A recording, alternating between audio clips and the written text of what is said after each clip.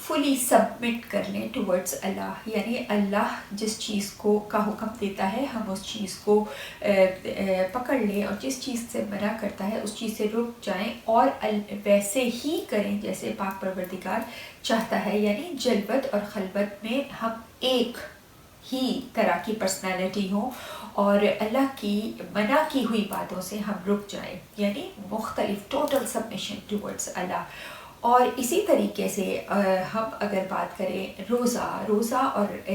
متقی ہونا آپس میں لنک کرتا ہے۔ روزے میں بھی ہم بہت سی چیزوں سے رک جاتے ہیں، یعنی ہمارا نفس ہمیں آمادہ کرتا ہے کہ ہم کھائیں، ہم پئیں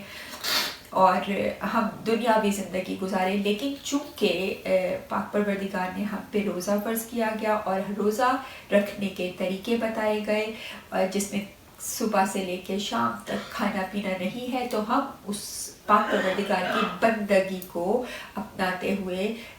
روزے کو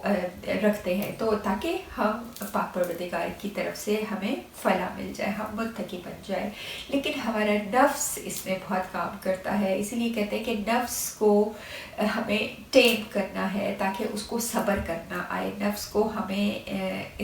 اس کی اصلاح کرنی ہے تاکہ ہم اپنے نفس کو صبر کرتے کرتے اس لیول تک پہنچ جائیں جس میں ہمارے نفس کو عادت ہو جائے کہ رب نے جو کہا وہ سننا ہے اور رب نے جس چیز سے منع کیا اس چیز سے ہمیں منع ہو جانا ہے۔ تو یہ روزہ، یعنی روزہ ہمیں اپنے آپ کو روکنا ہے، برائی سے روکنا ہے۔ اور پھر جب ہم یہ پریکٹس 1 مہینہ یعنی 29 یا 30 دن تک کرتے ہیں، تو اس کے بعد پھر ہماری باڈی کو، ہمارے نفس کو، ہمارے جسم کو عادت ہو جاتی ہے اس رب کی رضا کے مطابق جینے کی۔ ایون ہماری سوچ، ہماری تھاٹ، ہمارے سائیکولوجیکل جو ایک پروسیس چل رہا ہوتا ہے اس کو عادت ہو جاتی ہے کہ نہیں، جو ہم نے 1 مہینہ کیا روٹین میں ایک اپنی زندگی گزاری، اسی کو ہم نے لے کے آگے بڑھنا ہے اور اسی سے ہی ہم نے فلاح پانی ہے۔ اصل میں ہم سب کا مقصد ہی، ہر انسان کا جو اس دنیا میں آیا ہے اس کا مقصد یہی ہے تاکہ ہم فلاح پا جائیں، تاکہ ہم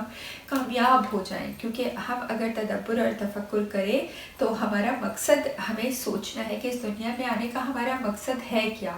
ہم اس دنیا میں اس رب نے اگر ہمیں بھیجا ہے تو ہم اس مقصد کو پالیں، اس مقصد کو ہم اس مقصد پہ ہم پورا اتر جائیں۔ جناب رسول خدا صلی اللہ علیہ وآلہ وسلم کی ہمیں حدیث ملتی ہے کہ روزے دار کے لیے 2 خوشیاں ہیں۔ ایک خوشی کہ جب وہ روزہ افطار کرتا ہے، روزہ افطار کرنے کے بعد جو وہ سیٹسفیکشن اور وہ جو خوشی محسوس کرتا ہے وہ بے بہا ہے۔ اور اسی طریقے سے جب ایک روزے دار روزے قیامت اپنا روزہ رکھنے کا ثواب دیکھے گا تو وہ بے بہا خوشی محسوس کرے گا۔ تو روزے دار کے لیے 2 طرح کی خوشیاں اس رب نے 2 مختلف جگہوں پہ رکھی ہیں۔ اس کے علاوہ امام جعفر صادق علیہ السلام، اللہ صلی اللہ محمد وآل محمد، امام جعفر صادق علیہ السلام کی ہمیں حدیث ملتی ہے کہ روزے دار کا ہر عمل جو ہے وہ عبادت میں شمار ہوتا ہے، اس کا سونا عبادت میں شمار ہوتا ہے، اور زندگی میں دن بھر اس نے جو کام کیے وہ تمام عبادت میں شمار ہوتے ہیں جب تک کہ وہ کسی کی غیبت نہ کرے۔ تو دیکھیے کہ غیبت کرنا، کسی کے پیچھے سے یا کسی کے جو وہاں موجود نہیں ہے اس کے بارے میں بات کرنا، وہ کس قدر قبیح عمل ہے کہ اس کے روزے جیسی ایک بڑا جو ثواب ہے وہ ثواب اس انسان سے چھین لیا جاتا ہے۔ تو روزہ جو ہے وہ اس طریقے سے ایک عمل ہے کہ ہماری وہ پرسنالٹیز کو بلڈ اپ کرتا ہے، ہماری پرسنالٹیز کو وہ بناتا ہے تاکہ ہم ایک بہتر انسان بن سکے۔ ہم سب کی کوشش یہی ہوتی ہے کہ ہم ایک بہتر انسان بن کے اس دنیا میں وہ جیسے کہ کہتے ہیں نا کہ گڈ اور بیڈ، ایول کا جو ایک کانسیپٹ ہے کہ ہم وہ ایول چیزیں یا ایول پرسنالٹیز سے ہم دور رہیں، وہ ہمیں یہی سبق ملتا ہے۔ اور اسی طریقے سے کہا گیا ہے کہ وہ انسان جس کو غیبت کرنے کی عادت ہے، امام جعفر صادق علیہ السلام کا ہی ہمیں کال ملتا ہے کہ وہ انسان جس کو اس دنیا میں غیبت کرنے کی عادت ہے اور وہ اگر غیبت کرنا چھوڑ دے تو وہ آخری انسان ہوگا جو جنت میں داخل ہوگا۔ ہوگا، لیکن اگر توبہ کر لی تو اللہ توبہ قبول کرنے والا ہے، مگر وہ شخص جو توبہ نہیں کرتا اور غیبت کرتا ہے وہ شخص پہلا شخص ہوگا جو جہنم میں داخل ہوگا۔ تو دیکھیے کہ غیبت کی ہمیں کتنی بڑی سزا ہمارے ائمہ تحرین سے ملتی ہے کہ غیبت ایک بہت بڑا اور بہت قبیح عمل ہے جس کو پاک پروردگار کسی بھی طریقے سے پسند نہیں کرتا، ہاں تب تک جب تک کہ اس رب سے معافی نہ مانگ لی جائے، اپنے گناہ سے توبہ نہ کر لی جائے۔ حضرت عائشہ سے ایک حدیث ملتی ہے، ایک ان کا قول ملتا ہے، وہ فرماتی ہیں کہ ایک دفعہ وہ جناب رسول خدا ان کے گھر تشریف لے کے گئے، تھوڑی دیر کے بعد دق الباب ہوا تو جب وہ دروازے پہ گئیں اور واپس آئیں تو جناب رسول خدا نے پوچھا کہ کون تھا دروازے پہ، تو حضرت عائشہ نے کہا کہ مذاق اڑا کے ایک چھوٹے سے قد کی عورت تھی۔ تو جناب رسول خدا نے کہا تم جاؤ، وہ ناراض ہوئے اور انہوں نے کہا جاؤ جا کے اپنے دانت صاف کرو، تمہارے منہ سے گوشت کی بو آ رہی ہے۔ تو حضرت عائشہ نے کہا کہ میں نے گوشت نہیں کھایا۔ تب تک جناب رسول خدا نے کہا کہ تم نے غیبت کی۔ جب کوئی انسان کسی کی غیبت کرتا ہے تو گویا کہ اس نے اپنے مرے ہوئے مردار بھائی کا گوشت کھایا۔ تو دیکھیے غیبت ایک بہت قبیح عمل ہے جو پاک پروردگار ہمیں اس سے بچائے اور ہم کوشش کریں کہ اس عمل کی طرف نہ پڑیں۔ جیسا کہ ہم بات کر رہے تھے کہ آئسولیشن میں گئے ہیں کووڈ-19 میں، پاک پروردگار بھی کہتا ہے کہ انسان پہ فرض ہے کہ وہ اپنی جان بچائے، یعنی ہر حال میں انسان کو اپنی جان بچانے کا حکم دیا گیا ہے تاکہ انسان انلیس کے پاک پروردگار کی طرف سے جب جہاد کا حکم ہو تو جہاد انسان ضرور کرے، لیکن وہ بھی دنیاوی لوگوں کے کہنے پہ جہاد نہیں، ہاں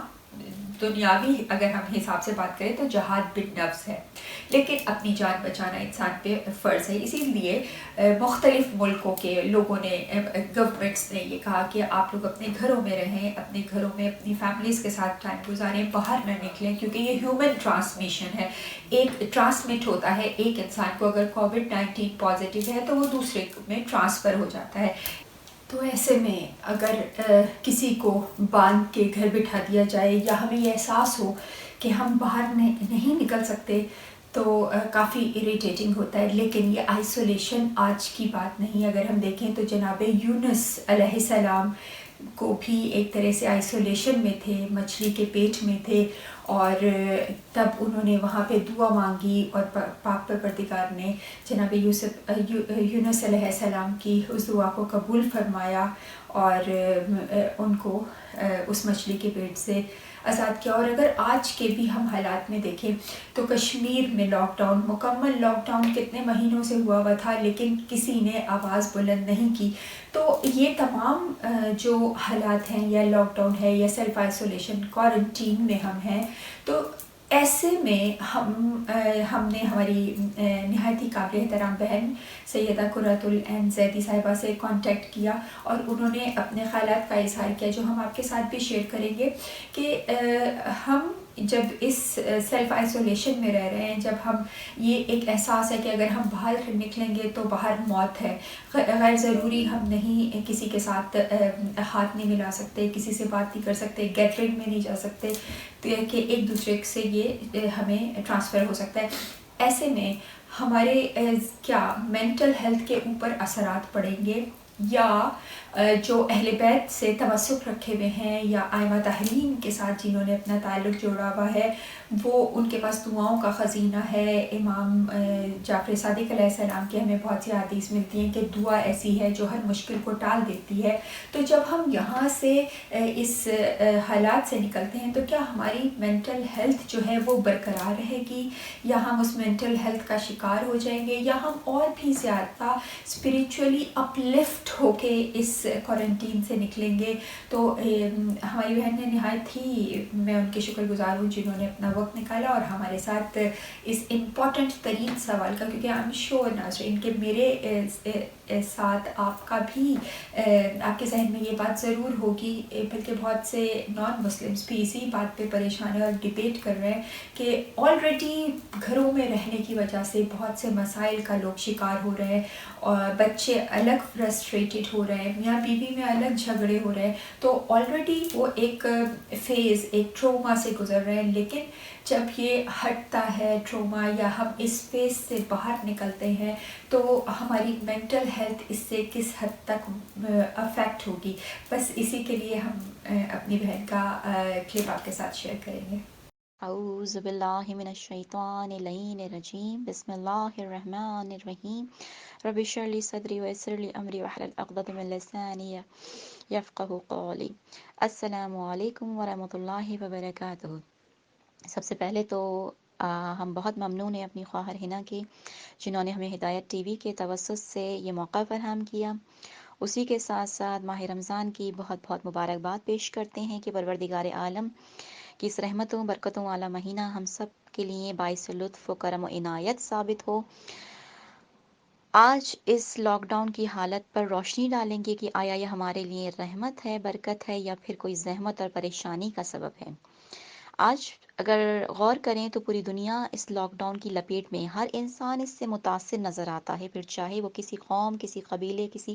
فرقے یا ملک سے تعلق رکھتا ہو۔ ہر انسان اپنے ہی گھر میں مقید قید ہو کر رہ گیا، ایک آئسولیشن کی زندگی بسر کر رہا ہے۔ اب یہاں پر بتاتے چلے جائیں کہ وہ لوگ جو دائرہ اسلام میں نہیں، یعنی کہ نان مسلم ہیں، ان کے لیے زندگی زیادہ دشوار ہے اور شدید متاثر ہے۔ اس کی وجہ یہ ہے کہ وہ اپنی نفسانی خواہشات کی پیروی نہیں کر سکتے، اور وہ تفریحی مقامات اور جس سے وہ لطف اندوز ہو سکتے تھے، اب وہ میسر نہیں آ رہے۔ لیکن اس کے برعکس وہ لوگ جو مسلمان بھی ہیں اور در اہل بیت سے وابستہ ہیں، ان کے لیے رحمت بھی ہے اور برکت بھی ہے۔ قرآن کی ایک آیت اس بات کی دلیل ہے۔ سورہ یونس آیت نمبر 58 میں پروردگار ارشاد فرماتا ہے، قل بفضل اللہ وبرحمتہ وبذلک فلیفرحوا ھو خیر مما یجمعون۔ اے میرے حبیب، ان سے کہہ دیجئے کہ اللہ کے فضل اور رحمت سے خوش ہوں کہ وہ تمہارے مال اور زر سے بہتر ہے، یعنی اللہ کی جانب سے رحمت اور فضل اور عنایت ہے، اور یہ ہمارے لیے بہت خوشی اور برکت کا باعث ہے، اور یہ سے کہیں بہتر ہے جو مال دنیا ہم نے اپنے لیے ذخیرہ کر رکھا ہے۔ اب آئیے اگر تاریخ کا مشاہدہ کریں تو یہ لاک ڈاؤن کی کیفیت کچھ نئی نہیں ہے۔ انبیاء کرام ائمہ علیہ السلام نے بھی اس کو اپنایا۔ یہ الگ بات ہے کہ وہ کوئی سزا کے طور پر نہیں تھا۔ البتہ اگر مشاہدہ کریں تو انبیاء میں حضرت ابراہیم کی مثال موجود ہے۔ نمرود کا دور ہے، حضرت ابراہیم کی ولادت غار میں ہوئی، ان کی والدہ نے انہیں شہر سے الگ ایک غار میں رکھا۔ ابراہیم دنیا سے لا تعلق ہو کر 13 برس تک اس غار میں رہے، لیکن اللہ نے انہیں کیا، خلیل اللہ بنایا، اپنی طرف سے خلیل اللہ کا درجہ عنایت کیا۔ اور اگر اس کے آگے چلیں تو خود رسول اللہ نے ایک طویل عرصہ شیب ابی طالب میں گزارا، جہاں شدید مشکلات کا سامنا پڑا۔ بنی ہاشم کا باقاعدہ بائیکاٹ کر دیا گیا، کفار قریش نے چاروں طرف سے محاصرہ کیا، قید میں بچے بھی ہیں، حضرت ابو طالب علیہ السلام، بی بی خدیجہ ہیں، جناب سیدہ کا کم سنی کا عالم ہے، اور پھر اس میں اشیاء خوردنوش ختم ہو چکی ہیں، اور نوبت یہاں پر آ گئی کہ درخت کے سوکھے پتے کھا کر زندگی بسر کر رہی ہیں۔ اب اس کے آگے منزل پر جائیں تو انبیاء کرام کا بھی انبیاء کے سلام کے ساتھ ساتھ ائمہ کو دیکھیں تو ائمہ کی زندگیوں میں امام موسیٰ کاظم علیہ السلام نے طویل 14 سال ایک تاریک سے، ایک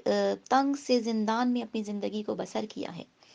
اب اس چیز کو اگر ذہن میں سمجھیں تو یہ لاک ڈاؤن نئی نہیں ہے، لیکن اب سوال یہ پیدا ہوتا ہے کہ ہم نے اس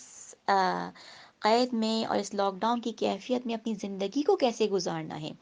کیونکہ قرآن میں پروردگار ارشاد فرماتا ہے کہ اپنے وقت کو ضائع نہ کرو، یہ جو ہمیں قیمتی وقت ملا ہے اسے ہم نے ٹی وی کی نظر یا دنیا کی باتوں کی نظر یا اور غلط کاموں میں، فضول کاموں میں، گناہ کے کاموں میں ضائع نہیں کرنا، کیونکہ پروردگار کہتا ہے ان السمع والبصر والفؤاد کل اولئک انعام المسکرہ، جو آنکھ کان دل دیے ہیں ان سب سے سوال کیا جائے گا کہ تم نے اس کو کہاں استعمال کیا۔ اگر گمراہ ہو گئے، غلط کاموں میں استعمال کیا تو جواب دہ ہے ایک ایک اعضاء۔ اور پھر اگر مولا کائنات کے جملوں کی جانب آپ غور کریں تو نہج البلاغہ میں موجود ہے، کہ متعلم تعلم نحن لاہو فرضاً اعلی جوارحک، اللہ سبحانہ و تعالیٰ نے تمہارے اعضاء پر کچھ فرائض عائد کیے ہیں. جو جسم ہمیں عطا ہوا ہے، یہ اعضاء و جواہر عطا ہوئے، ان کے لیے فرض ہے ہمارے اوپر. کیا فرض ہے؟ کہ ہم اللہ کے ساتھ قرب الہی کو اختیار کریں، تقوی کی منزل پر پہنچ جائیں. تقوی بیسکلی تمام خصلتوں کا سرتاج، التقا رئیس الاخلاق. اور اس تقوی کی منزل پر جب پہنچ جائیں گے، متقی پرہیزگار بن جائیں گے، یقیناً اللہ کے بہت قریب ترین مخلوق شامل ہو جائیں گے. اور چونکہ یہ ماہ رمضان برکتوں اور سعادتوں کا مہینہ ہے، جس میں اللہ رب ذوالجلال ہمیں اپنا مہمان بنا رہا ہے اور خود میزبانی کا شرف عطا کر رہا ہے، مگر بھوکا پیاسا مہمان کو رکھنے کا سبب کیا ہے؟ دیکھیں، اللہ ہمیں فقط دنیا کی نعمتوں سے فیضیاب نہیں کر رہا، بلکہ اس منزل پر ماہ رمضان میں، اس بھوک اور پیاس کے عالم میں، آخرت میں بھی آخرت کی نعمات کی صورت میں ہمیں میسر آنے والی وہ تمام تر نوید، وہ تمام خوشیاں اللہ عطا کرے گا جو ایک روزہ دار روزے کی حالت میں گزارتا ہے، وہ وقت بھوک اور پیاس کے عالم میں.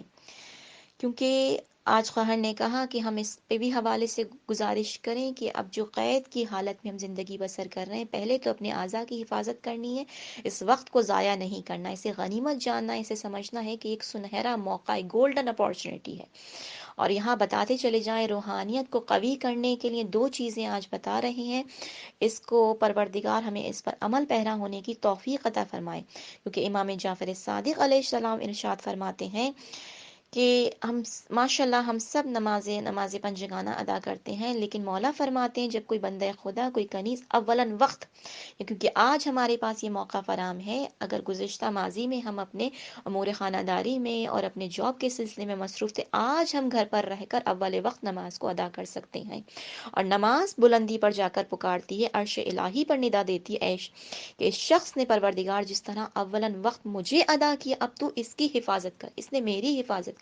اور اگر اس کے برعکس کسی نے ضائع کیا اور اسے صحیح وقت پر انجام نہ دیا، تو پروردگار سے وہ نماز ایک دفعہ ندا کو بلند کرتی ہے کہ بار الہ جس طرح اس نے مجھے تاریک کر دیا،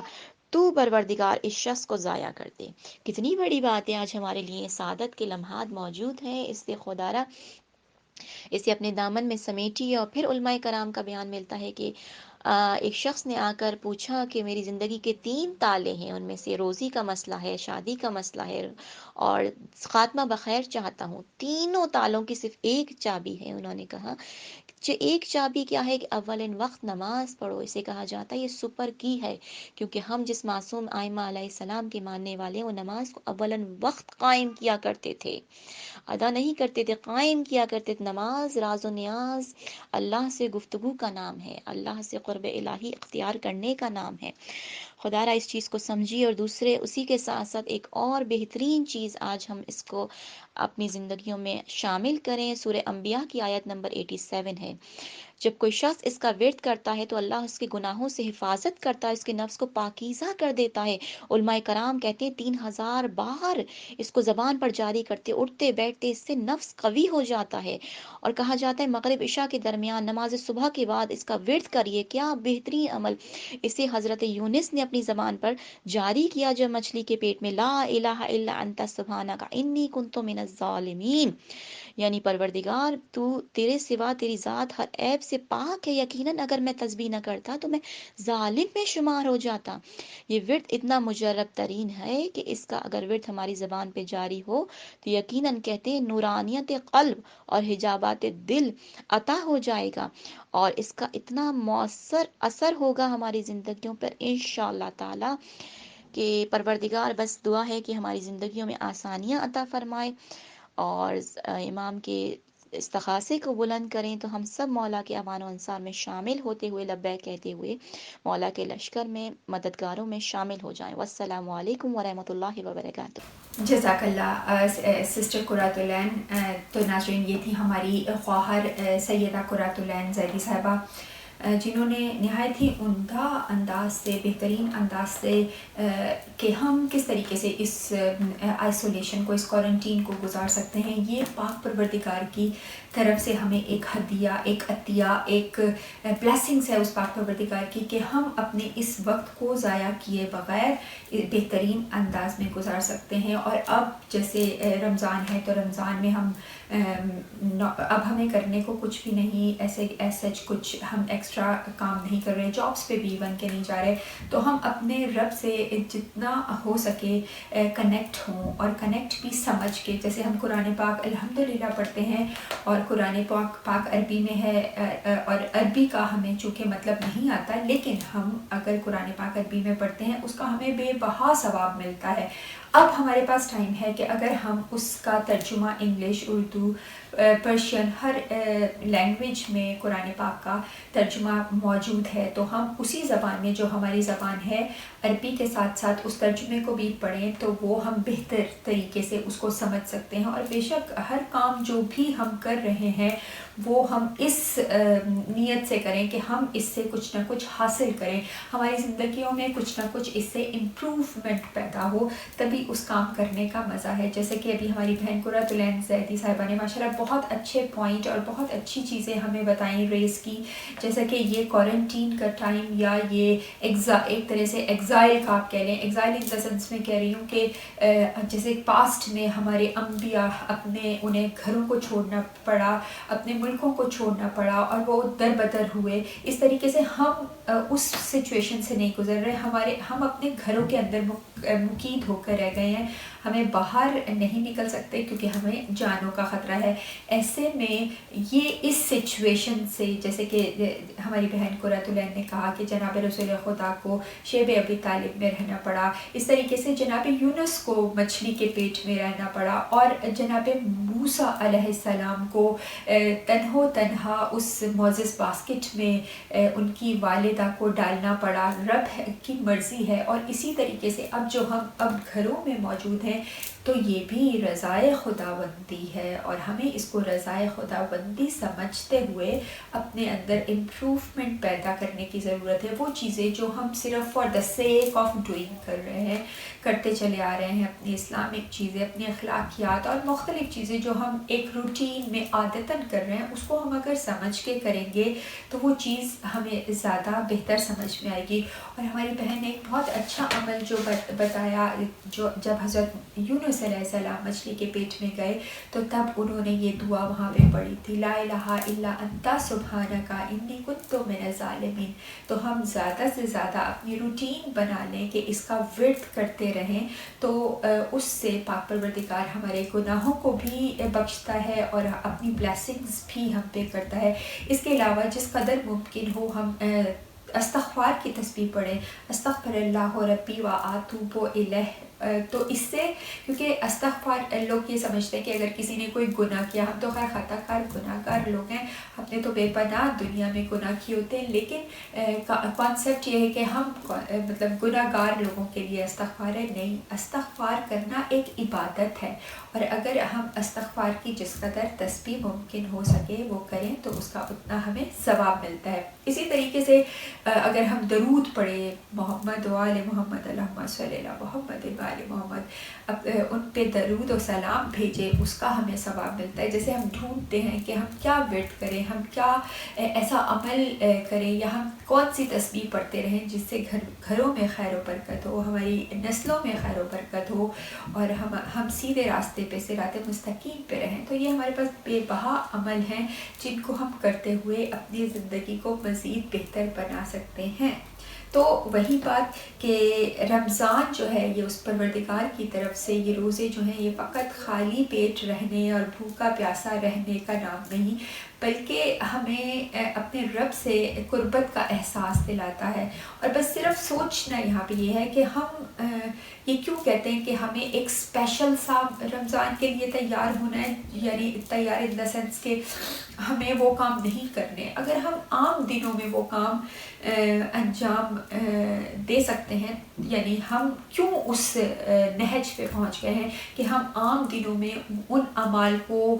حلال سمجھتے ہیں یا مناسب سمجھتے ہیں، اور رمضان میں ہم انہی اعمال سے اجتناب کرتے ہیں۔ اس کا مطلب ہے کہ ہمیں وہ اعمال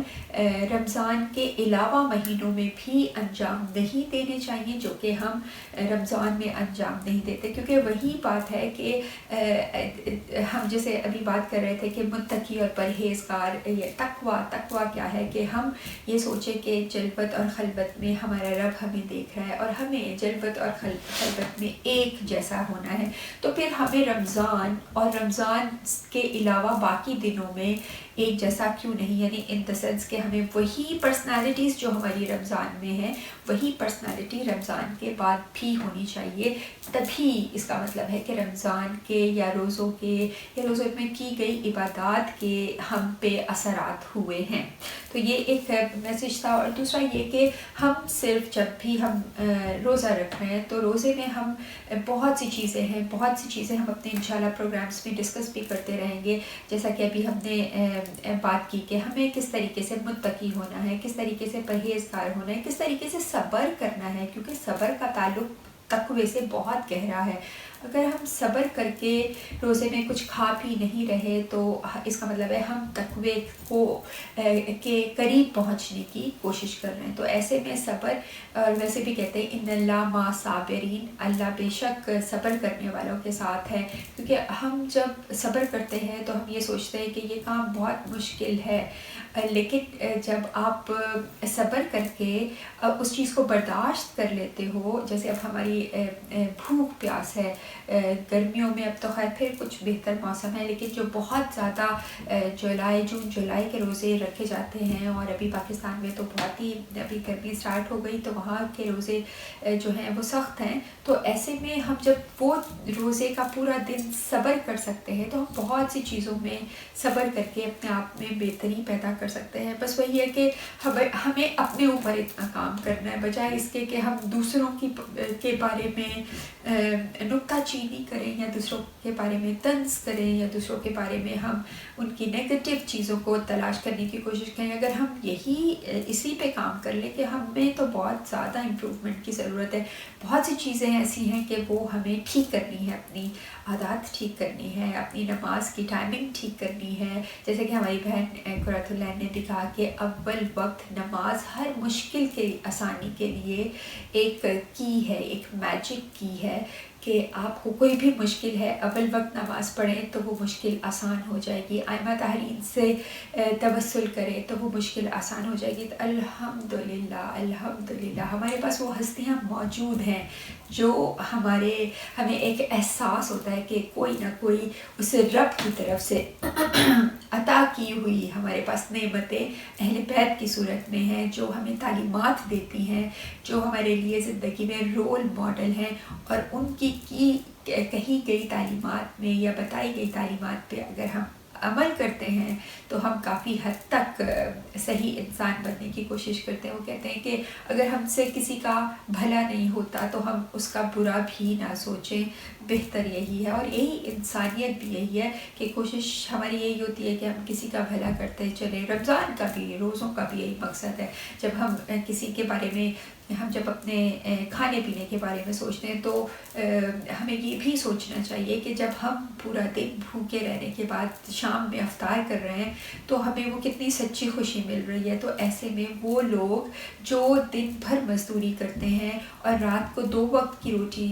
کا انتظام کر کے اپنے بچوں کے لیے لے کے آتے ہیں، اور بچے سارا دن بھوکے اپنے اس رزق کا انتظار کرتے ہیں تاکہ وہ اس رات کو اور اگلی صبح کو وہ کھا سکیں، تو ہمیں ان کے لیے سوچنا ہے کہ ہمیں کس طریقے سے کام انجام وہ کون سا ہو، وہ کون سا چیریٹی ورک ہو، کیونکہ بھی چیریٹی بھی ایک ایشو ہے۔ وہی بات ہے کہ ایک بات سے دوسری بات نکلتی ہے۔ چیریٹی کے نام پہ بھی بہت سے لوگوں نے چیریٹی آرگنائزیشنز بنائی بھی ہوتی ہیں، جن میں سے تقریباً 80%، سب کی بات میں نہیں کر رہی، لیکن 80%، 90% لوگ ایسے ہیں کہ جو اس چیریٹی کے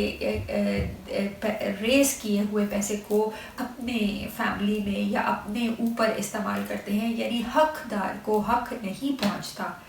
ورنہ جتنی چیریٹی آرگنائزیشن اس وقت بن چکی ہیں یا بنی ہوئی ہیں اور وہ جتنا پورٹرے کرتے ہیں کہ ہم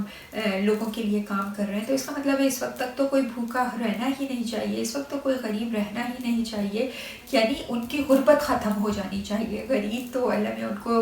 غریب غربت نہ رکھے، اللہ میں ان کو سلامت رکھے، لیکن ایسے میں اس کا یہی مطلب ہے کہ وہ پراپرلی ہم کام نہیں کر رہے، چیریٹی کے نام پہ بھی بے ایمانی کرتے ہیں، تو جس کی وجہ سے لوگ ابھی تک قسم پرسی کی زندگی گزار رہے ہیں. وہی بات ہے کہ ہم صدقہ جاریہ اگر ہم کریں کہ ہم کسی کے لیے ملازمت کے انتظام کر دیں تاکہ وہ اپنے بچوں کے لیے رزق و روزی فراہم کر سکے. ہمارے رمضان کا مقصد بھی یہی ہے کہ ہمارے ہر عمل سے ہماری نہ صرف ہماری اپنی ذات کو، ہمارے ارد گرد کے لوگوں کو، ہماری کمیونٹی کو، ہمارے ملک کو، ہماری دنیا کو اس کا فائدہ پہنچے تاکہ اس دنیا میں بہتری آئے. اب دیکھیں اس وقت ہم سب گلوبل لیول پہ سوچ رہے ہیں، ہم صرف اپنی فیملیز کے علاوہ ہم باقی دنیا کے بارے میں سوچ رہے ہیں. تو اگر دنیا کے بارے میں سوچ رہے ہیں تو اب ہم جب یہاں سے نکلیں گے کوارنٹین سے تو ہم ایک نئی دنیا میں داخل ہوں گے. تو اگر ہم اس نئی دنیا میں داخل ہوں گے جہاں پہ نیا سسٹم ہوگا، نیا سسٹم ان دا سینس کہ اب ہم بہتری کیا کر سکتے ہیں کہ ہم ایک دوسرے کے لیے بھلا کریں، ایک دوسرے کے لیے برا سوچیں. کیونکہ رمضان، روزے، فاسٹنگ یہ صرف خالی پیٹ رہنے کا نام نہیں ہے، بھوکا پیاسا رہنے کا نام نہیں ہے، بلکہ ہمارے ہر عمل، ہر ایکٹ سے پتہ چلے کہ ہم کس طریقے سے روزہ رکھ رہے ہیں، ہمارے نفس کا روزہ، ہمارے جسم کا روزہ، ہماری روح کا روزہ، یعنی ہم کس طریقے سے اس روزے کا صحیح معنی جو ہے وہ پورا کر رہے ہیں. جی ناظرین، اور اب ہم بڑھتے ہیں، ہماری بیٹی سیدہ حجاب زہرا اپنا میسج ہمارے ساتھ شیئر کریں گی. جی Assalamu alaikum. Ya Ali Madad. Ramadan Mubarak to everyone. Today I'm going to be talking about why is the month of Ramadan. Fasting is an act of worship prescribed by Allah subhanahu wa ta'ala, which is wajib in Ramadan. Muslims all over the world keep their fast. A fast lasts a little before Fajr to Maghrib. To fast means to stay away from food and drink, as well as bad deeds. The fast can be symbolized as a living thing, with a body and a soul. To stay away from the food and drink can be the body of the fast. To stay away from wrong deeds can be the soul of the fast. If we don't try hard to be better Muslims by fasting, our fast will be a body without a soul. Imam Jafar Sadiq has said, "Your fast today should not be like any ordinary day. When you fast, all your senses, eyes, ears, nose, tongue, hands and feet must fast with you." How can we do this? Simple. For your eyes, just remember to keep your eyes off unlawful things and use the special gift of God for good acts like reading Quran and dua. For your ears, remember to keep your ears away from hearing unlawful gossip, lies and bad music. As for your tongue, refrain from using bad language and telling lies. Don't spread rumors or gossip about other people. Instead of use the power of Allah and Ahlul Bayt. How can you use your hands fast? Don't hit others. Instead, try to help them as far as you can. What about your feet? Well, do not go towards the forbidden places. Rather, go to the places where Allah is remembered. Above all, your heart and mind must be with you in fasting, because in the fast in real sense will not be complete unless your thoughts, emotions, your actions and all aspects of your life become pure. Remember, fasting should be done for the pleasure of Allah. Thank you. جی ناظرین، تو یہ تھیں سیدہ حجاب جعفری جو کہ اپنا message ہمارے ساتھ جنہوں نے شیئر کیا. تو ہم جیسے کہ بات کر رہے تھے کہ پاک پروردگار کو پسند ہے کہ اس کا بندہ توبہ استغفار کرے، اور وہ انسان جو ویسے تو پاک پروردگار کو پسند ہے، وہ انسان پسند ہے جو متقی اور پرہیزگار ہے، جس نے زندگی میں کوئی گناہ نہیں کیے اور جو انسان رب کی رضا پہ راضی رہے۔ لیکن اس میں ایک چیز ہے کہ ایک پوائنٹ اس میں یہ آتا ہے کہ وہ انسان جس نے کوئی گناہ نہیں کیے اور وہ اپنی زندگی میں بہتری پیدا کرتا چلا جائے تو پاک پروردگار کا وہ پسندیدہ بندہ ہے۔ لیکن وہ انسان جس نے کوئی گناہ نہیں کیا اور وہ اس بات پہ مطمئن ہے، بلکہ اس بعض دفعہ متکبر ہو جاتا ہے کہ میں نے کون سا گناہ کیے جس کی وجہ سے مجھے استغفار کرنے کی ضرورت ہے، تو وہ چیز پاک پروردگار کو پسند نہیں، وہ جمود ہے، وہ اسٹیگننٹ ہے۔ ایسا انسان جو اپنی لائف میں اسٹیگننٹ ہو جاتا ہے تو وہ امپروومنٹ کی طرف نہیں بڑھتا، وہ استغفار کی طرف نہیں بڑھتا، اور ایسے میں وہ ساکت ہو جاتا ہے، وہ جامد ہو جاتا ہے۔ جبکہ اللہ کو تو متحرک موومنٹ، انسان کو آگے بڑھتا ہوا دیکھنا وہ پاک پروردگار چاہتا ہے۔ وہ چاہتا ہے کہ انسان کی پرسنالٹی میں مزید بہتری آئے، اسی لیے وہ انسان جس نے گناہ کیا اور اس کے بعد وہ تائب ہوا اور اس نے اللہ کی بارگاہ میں توبہ کی، تو پاک پروردگار بے شک وہ 70 ماہوں سے زیادہ ہم سے محبت کرتا ہے، تو وہ اپنے بندے کو کبھی بھی سزا نہیں دیتا۔ وہ جیسے کہتے ہیں کہ ہم جب گناہ کرتے ہیں، ہم گناہ کرنے میں جلدی کرتے ہیں، لیکن پاک پروردگار ہمیں سزا دینے میں جلدی نہیں کرتا، وہ انتظار کرتا ہے کہ اس کا بندہ اپنے گناہ کی معافی مانگ لے اور تب وہ اپنے بندے کو بخش دے۔ تو اس لیے اللہ کو پسند ہے کہ اب بندہ اللہ سے معافی مانگے، کثرت سے توبہ استغفار کرے، اور توبہ استغفار کرنا بذات خود ایک عبادت ہے۔ جیسے کہ اللہ کے 99 نام ہے، تو ان میں سے ایک نام الغفار ہے، جو انسان جو اپنے بندوں کو بخش دے۔ تو وہ اسی لیے کہ جو بندہ اپنے اللہ سے رجوع کرتا ہے، اور خاص طور پہ ایام ماہ رمضان جو ہمارا گزر رہا ہے، تو اس میں ہمارے لیے سنہرا چانس ہے کہ ہم اللہ سے معافی مانگیں۔ جیسے کہ سورہ ہود آیت نمبر 3 میں پاک پروردگار ارشاد فرماتا ہے، اور یہ کہ اپنے رب سے معافی مانگو، پھر اس کی طرف توبہ کرو، تمہیں بہت اچھا فائدہ ہوگا، اور ایک ٹھہرائے ہوئے وعدے تک ہر فضیلت والے کو اس کا فضل پہنچائے گا، اور اگر منہ پھیر لو تو تم پر بڑے دن کا عذاب کا خوف ہوگا۔ یعنی وہی پروردگار کہتا ہے، جگہ جگہ قرآن پاک میں ارشاد فرماتا ہے کہ تم اپنے گناہوں پہ شرمسار ہو کے مجھ سے معافی مانگو، میں بخشنے والا ہوں۔ اور اس کے علاوہ سورہ الحجر آیت نمبر 49 میں ارشاد فرماتا ہے، نبی عبادی انی انا الغفور الرحیم، اے پیغمبر میرے بندوں کو بتا دو کہ میں بخشنے والا اور مہربان ہوں۔ تو بے شک پاک پروردگار ہمیں خود راہیں بتا رہا ہے کہ ہم ان راہوں پہ چل کے اپنے رب سے معافی کی درخواست کریں، اور وہ ہمارا رب جو ہے وہ ہمیں معاف کرنے کے لیے تیار ہے۔ اور اس کے علاوہ حدیث ہمیں ملتی ہے، جو کثرت سے استغفار کرتے ہیں، توبہ کرتے ہیں، اپنے گناہوں پہ شرمسار ہوتے ہیں، تو پاک پروردگار کی طرف سے ان کے لیے وہاں سے مدد آتی ہے جہاں سے ان کو گمان بھی نہیں ہوتا۔ تو بے شک پروردگار اس انسان کے لیے راہیں ہموار کرتا ہے، زندگی میں آسانیاں پیدا کرتا ہے۔ اس کے علاوہ ایک اور ہمیں حدیث ملتی ہے، جو استغفار پڑھتا ہے وہ مستقل گناہوں پہ شرمسار ہوتا ہے، اللہ اس کی غربت دور کرتا ہے، اس کی مشکلات میں دور ہوتی ہیں، اس کی زندگی میں آسانیاں پیدا ہوتی ہیں، اور اس کے لیے امداد آتی ہے۔ تو وہی کہ ہم اپنی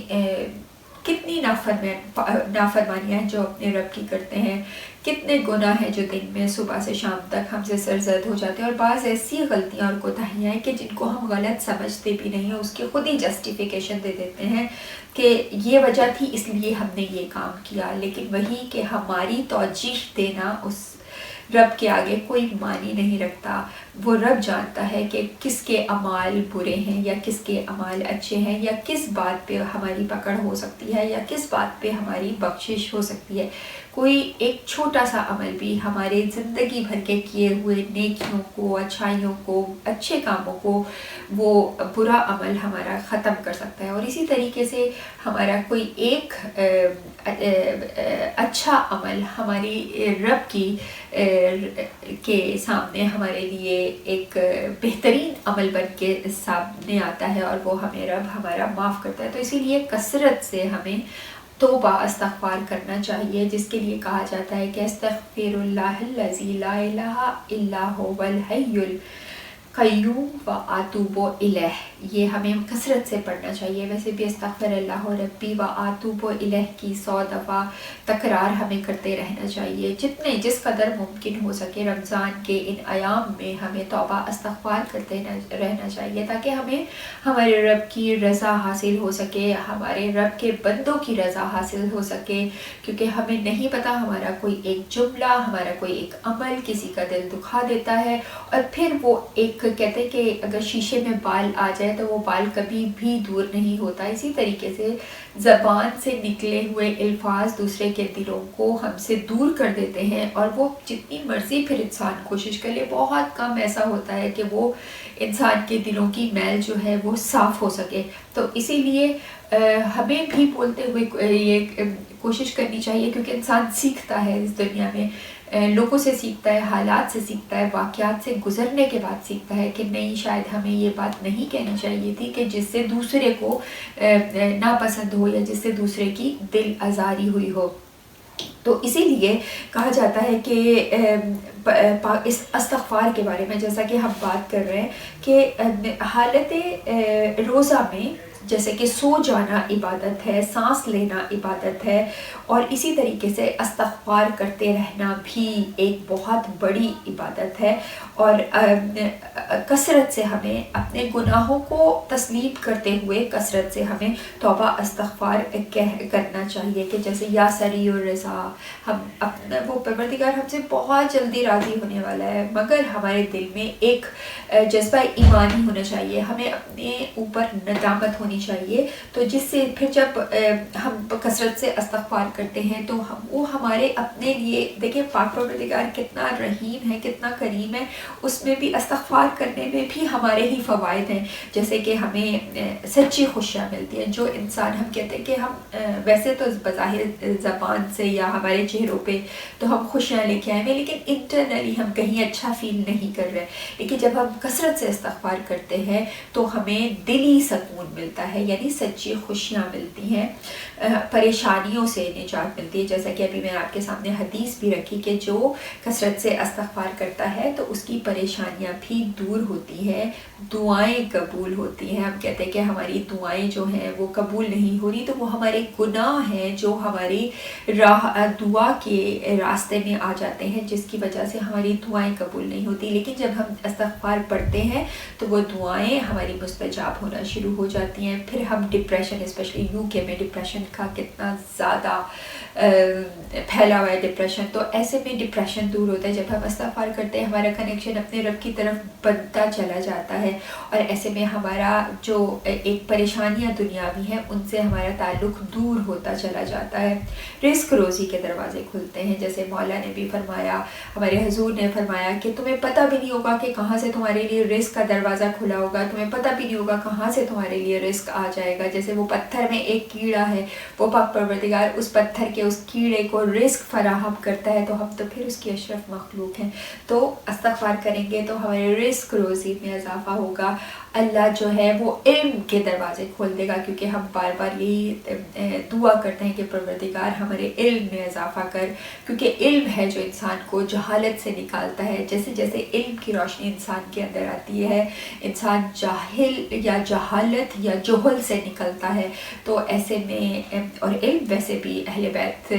کے در سے ہمیں ملتا ہے، سلونی سلونی قبل ان تکفتونی، تو ہمارے مولا سے اگر ہمارا تعلق ہے تو ہمیں علم حاصل کرنا چاہیے۔ اور ویسے بھی جب ہم